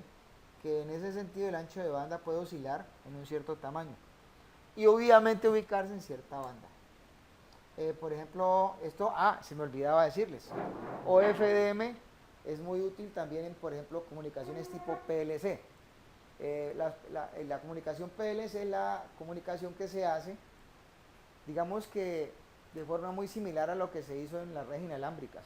PLC es Power Line Connections. Digamos que el mismo modelo que se trabajó en las redes inalámbricas es el mismo modelo que se trabaja en las redes de datos montadas sobre las redes eléctricas, ¿sí? ¿Pero por qué? Digamos que lo que se hizo fue extrapolar el concepto. El mismo concepto de espacio de medio compartido es el que se utiliza allí. Y hay otras aplicaciones, ya, en este caso como les mencionaba yo. Bueno, aquí hay unas cosas importantes en ese sentido, pues que obviamente hay unas velocidades, o sea, con OFDM se pueden manipular velocidades mucho más altas. Hay soluciones de esta misma que permiten manejar mejor la interferencia y obviamente hay una mejor inmunidad al ruido y a precisamente los conceptos de interferencia. ¿Qué se tiene que hacer para supuestamente tener en cuenta esto? Pues llevar en ese sentido el estándar de implementación, ¿sí? Y adoptarlo. Digamos que mejor dicho, si nos ponemos a hablar de las bondades del OFDM, pues aquí no vamos a acabar. Prácticamente hablar de OFDM es como hablar de hoy en día la modulación o el concepto de modulación, que ahorita en estos instantes está partiendo prácticamente en dos lo que es los mecanismos de las transmisiones convergentes actualmente. Miremos ahorita el concepto del espectro disperso. Miremos algunos antecedentes en este caso. Por ejemplo, se dice que esta técnica la inventó por allá una persona que se llamaba Hedy Lamarr, que era supuestamente pues una persona que pues existió en un cierto momento, ¿cierto? En este caso, y sobre la cual pues fundamentalmente pues digamos que era una actriz que reveló en ese sentido ciertas cosas. Bueno, realmente digamos que el concepto matemático, ¿sí? Dio pie, mejor dicho, lo que hizo ella dio pie para revelar el concepto matemático. Entonces, hay algunas cosas con las cuales pues sobre Hedy Lamarr pues se pueden mostrar. Digamos que esas situaciones de las cuales nosotros estamos hablando pues hoy en día son las que vienen a determinarse precisamente aquí. Pues nosotros aquí no entendemos prácticamente nada, pues esto es un artículo de prensa en la cual pues se hablaba que esta actriz revelaba un nuevo rol que era el de inventora. Así que ella pues descubrió, por ejemplo en ese caso, hizo una publicación sobre cosas que en ese sentido se podían hacer, ¿sí? Desde ese punto de vista, para, digamos que manejar a control remoto ciertos aparatos. Entonces, ¿qué sucedió? Digamos que el asunto como tal, ¿sí? Redunda en cómo implementar esto. Entonces, como primera medida, hay unos datos que entran al mecanismo, unos datos que deben de salir del mecanismo. Pero, ¿qué sucede en el procedimiento interno? Pues nosotros tenemos codificación de canales, moduladores, decodificadores de canales, generadores especiales de señal, para que supuestamente pues esto considere específicamente un modelo de trabajo. De hecho, el espectro disperso, ¿cierto? ¿Sí? Digamos que pervive muchas de las cosas que hoy en día estamos usando. ¿Ya? Es más, de hecho uno puede mencionarlo presente en la banda IMS, ¿sí? El espectro disperso lo vamos a considerar nosotros como un esquema de modulación donde la señal se expande a través de su ancho de banda mayor, dice allí, que el mínimo requerido para transmitir con éxito, en este caso la misma información. Entonces acá lo que se hace es buscar que ese hecho, ¿sí? Sea manipulado mediante un sistema de codificación que se va a desplazar la frecuencia o la fase de ese mismo sistema de codificación, ¿sí? Para que quede expandida. Entonces, por eso es que esto determina que básicamente va a dar como un efecto tipo camuflaje. Entonces, el receptor de la señal, ¿sí? El receptor de la señal se recompone pues obviamente para obtener la información inicial. O sea, ¿qué es lo que se hace? Si hay una transmisión y un proceso de transmisión, pues el receptor de señal tiene que hacer el procedimiento completamente complementario, ¿ya? Entonces, puntualmente lo que hace es recoger la señal en ese amplio margen del espectro y lo que busca fundamentalmente es considerar en la frecuencia en la cual está trabajando las intensidades de señal que ve de cada una de las fuentes de información. Bueno, aquí tienen ustedes, en ese caso, un pequeño ejemplo gráfico, ¿sí? De lo que es precisamente el espectro disperso, ¿sí? Entonces, fíjense que supuestamente lo que hacemos es normalmente determinar como primera medida, mire, el antes y el después de lo que pasa con estas señales. ¿Cuáles fueron las supuestas técnicas iniciales que se trabajaron en el espectro disperso? Entonces, aquí se hablaba de estar presente en esa banda tan poblada de los 2.4 GHz, que habían emisiones que tenían, por ejemplo, una determinada potencia que están por encima de 1 milivatio, en este caso, ¿sí? Y esas técnicas de espectro disperso, pues fundamentalmente nos mostraban a nosotros su división fundamentalmente en dos cosas. ¿En cuáles eran? Los saltos de frecuencia, en ese caso, y en las secuencias directas. ¿Qué es salto de frecuencias? Por ejemplo, acá, digamos que el emisor va cambiando o va alternando los canales que está ocupando. Entonces, ¿qué es lo que hace el receptor? El receptor tiene que seguirlo. En los conceptos de secuencia directa, el emisor emplea o usa un canal muy ancho. Entonces, ¿eso qué implica? Que la potencia de emisión es similar, es similar a la que se usa en salto de frecuencias, pero tiene que repartirse, en ese caso, en una misma banda que es mucho más ancha, así sea de baja intensidad. Entonces, podríamos decir que pues entre las dos hay unos conceptos bastante diferenciables en este caso. Entonces, ¿cuál es el propósito del espectro expandido? Pues utilizar una potencia de salida baja.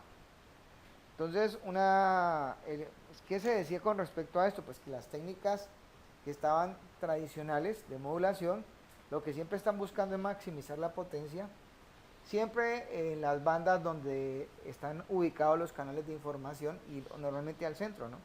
En este caso. Entonces, ese espectro disperso va a enfrentar dos cosas, o el DSSS o el FHSS. Entonces, en ese sentido, digamos, ese manejo de estas cosas nos va a mostrar, pues, obviamente, una situación en la cual uno puede comparar esto. Una de esas cosas es el ancho de banda, donde el ancho de banda es mayor que la velocidad de transmisión de la información, por ejemplo, en algunos de ellos, en este caso, ¿ya? Entonces, es importante tener claro esto. Entonces, pues obviamente, miren, esta es la forma en cómo se muestra el espectro de secuencia expandida directa, y este es el espectro expandido de salto de frecuencias. O sea, prácticamente entre el uno y el otro, ¿sí? Hay unas diferencias bastante grandes, y de esto se está hablando en el dominio de la frecuencia. Ahora, miren bien acá, el DSS, pues, el DSSS, ¿en qué se basa? Pues como mecanismo, pues se basa en desplazar, de hecho, en este caso, ¿sí? Pueden ver ustedes, a la portadora constituida por su fase, ¿sí? Mediante una secuencia bis, pero de una forma muy rápida, ¿sí? En este caso. Esto está hecho prácticamente de forma, o de esa manera, digámoslo de esa manera, para que de pronto se asemejen aproximadamente, o de forma específica, digamos que se asemejen a esos mecanismos que tienen que hacer aparecer, o que aparezcan un mismo número de unos que de ceros. O sea, es como si estuviéramos diciendo que el sistema tendría que ser algo así como balanceado entre la presencia de los datos, en este caso. Entonces, a esto hay que darle un manejo. Entonces, dentro de esto, pues obviamente vamos a encontrar algunos receptores, digamos, con los cuales pues ese dispositivo, ¿sí? Mejor dicho, las relaciones con las que tiene que establecer con los receptores tienen que tener el mismo sistema para poderlo entender en este caso, ¿ya? Normalmente esto es aplicado en estándares de IEEE 802.11. El FHSS, acá la señal se mueve de una frecuencia a otra. Entonces, en ese caso, la expansión de la señal, así lo estoy revisando un poco, se va a dar transmitiendo una ráfaga de una frecuencia, y luego, supuestamente, que lo hace, salta a otra frecuencia para transmitir otra ráfaga, y así luego busca otra, y así sucesivamente hasta que acaba. ¿Ya? Bueno. ¿Alguna pregunta hasta acá? ¿Ninguna? ¿Jóvenes? No, profe. Bueno, entonces vamos a revisar esta parte y vamos como acabando. Esto es la determinación de 802.11 y Wi-Fi. Entonces, esto pues obviamente involucra conocer un poquito el modelo, ¿sí? Vamos a mirar de pronto la arquitectura que tiene 802.11, ¿cierto? Porque pues uno considera realmente a Wi-Fi como una nueva técnica. De considerar pues Wi-Fi ahorita se determina no solamente en BA y G, sino en N y en AC, que son los estándares ahorita que se están usando. Dicen que pues supuestamente esto estaba hace mucho rato, ¿ya? Bueno. Ahora, digamos que 802.11 se está desarrollando realmente hace muy poco, ¿sí? Digamos que 802.11, ¿cuántos años tiene? 802.11 tiene por allá más o menos como unos 23 años. O sea, no es una tecnología que tenga tanto tiempo en uso, en este caso. Pero sobre ella se han estado haciendo evoluciones y las redes LAN inalámbricas, pues lo que están haciendo en ese sentido es determinándose dentro de ella. Aquí, por ejemplo, está el modelo de referencia de 802.11, en donde está muy determinado de forma muy similar a lo que es la especificación de un modelo de red. De hecho, eso es un modelo de red. Dentro de él, pues obviamente se determinan y se describen, ¿sí? Digamos que está definido en dos partes. ¿Cuáles son esas dos partes? Está la capa de enlace de datos y la capa física. Eso es según el modelo OSI. Y según el modelo TCP/IP, pues sería una sola parte, sería un solo bloque. Pues es mucho más fácil hablar desde el punto de vista del modelo OSI, porque acá estamos determinando que su capa física pues es bastante exigente con respecto a la forma en cómo se va a implementar, ¿cierto? Entonces yo en la capa física puedo tener muchas técnicas, pero lo que sí es cierto dentro de esto es que todo esto a nivel inalámbrico es igual hasta cuando comienza la subcapa de control de enlace lógico, que es la LLC. Yo diría que hasta ahí todos los juegos en el mundo de forma constitutiva son iguales. Bueno, entonces acá hay una pequeña comparativa para que ustedes más o menos se den cuenta dónde se aplica esto. Por ejemplo, hoy donde se usa 802.11n, pues 802.11n se usa mucho para hacer acceso a internet, ¿cierto? Y para de pronto hacer algunos enlaces de aproximadamente, de pequeños radioenlaces en este caso, ¿ya? Y utiliza OFDM. Miren que el OFDM prácticamente se está utilizando desde 802.11a a 802.11g a 802.11n, ¿sí? Y el mecanismo de control de acceso al medio, que es CSMACA, es igual para todas. ¿Está claro?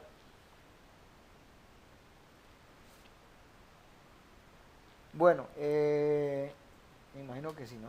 Bueno, aquí están hablando del nivel de implementación físico. Por ejemplo, a nivel de infrarrojos, pues obviamente estas cosas no han crecido mucho, porque esto involucra un manejo específico de distancia muy corto.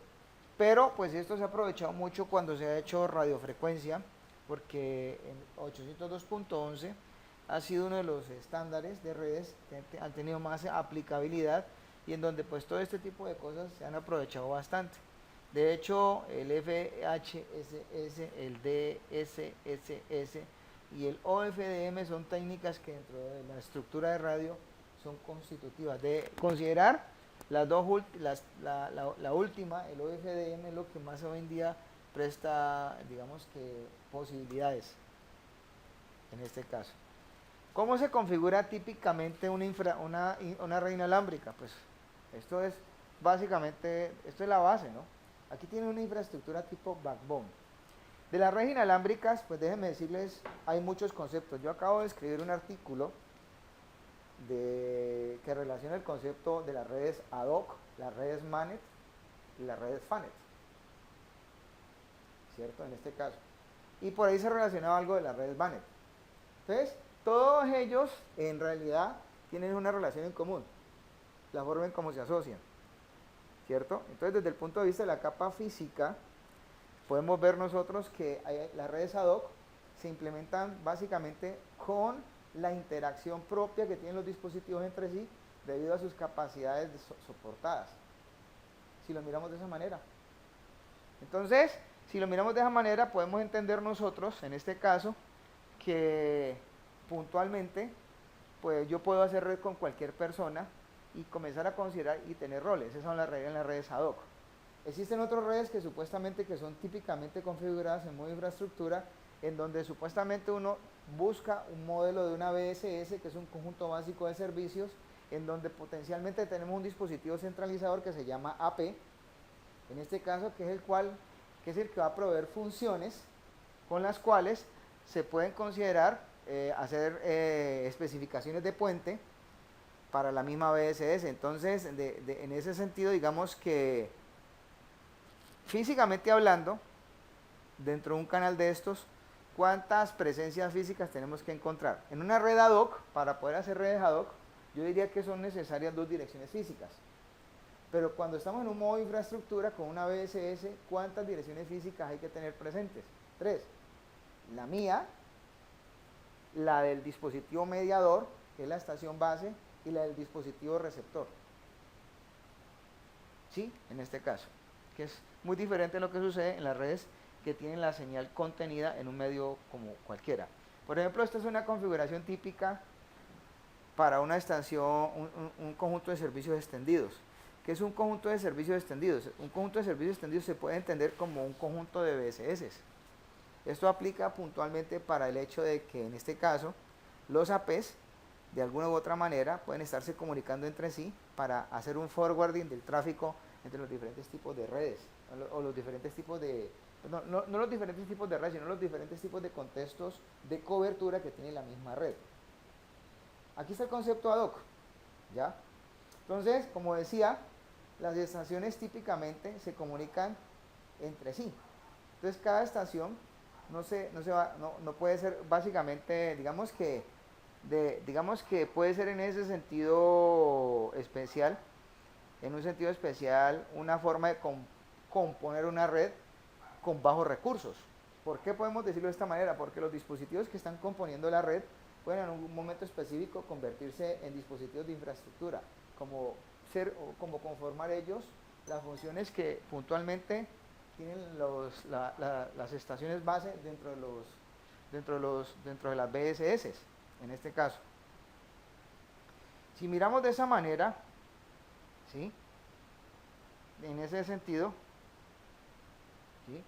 Podemos considerar nosotros que puntualmente las estaciones base, ¿sí? Van a tomar ese rol centralizador. Ahora, los dispositivos acá pueden tener en ese sentido conceptos de enrutamiento, conceptos de interconexión, conceptos de escalado de red. Las redes ad hoc pueden convertirse en eso, son redes reconfigurables. ¿Está claro? Bueno, por aquí hay un concepto que llama sui generis, que son las implementadas mediante antenas con ganancias mayores a la permitida por la norma, ¿no? En este caso, donde se utilizan amplificadores, torres, es una infraestructura que son supuestamente usadas en zonas muy suburbanas, y obviamente determinadas por algunos operadores. Hablemos de una cosa que se llama el nivel MAC, para ir de pronto cerrando esta parte. ¿Qué es el nivel MAC de esta parte? Con mucho cuidado. El nivel MAC normalmente es el nivel que determina las condiciones específicas para el acceso al medio. Normalmente, cuando uno está hablando del acceso al medio, inicialmente uno tiene que hablar del enfoque simplista, porque es que una cosa es hablar del enfoque que se hace cuando se está trabajando una red alámbrica que utiliza CSMA-CD, a hablar el enfoque que tiene que usar una WLAN que es CSMA-CA. Entonces, el asunto es que, pues obviamente la diferencia entre ambos esquemas es que la señal entre el uno y el otro, pues obviamente de una parte con respecto al otro no está confinada. La señal en una red inalámbrica está dispersa, y eso la define el CSMA-CA. Ese es el mecanismo de acceso. Y en una red alámbrica, pues la señal está confinada dentro de un medio y el mecanismo de acceso se llama CSMA-CD.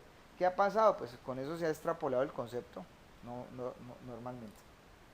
Ahora, el protocolo MAC inalámbrico cuenta precisamente con una consideración de detección de portadoras, en este caso.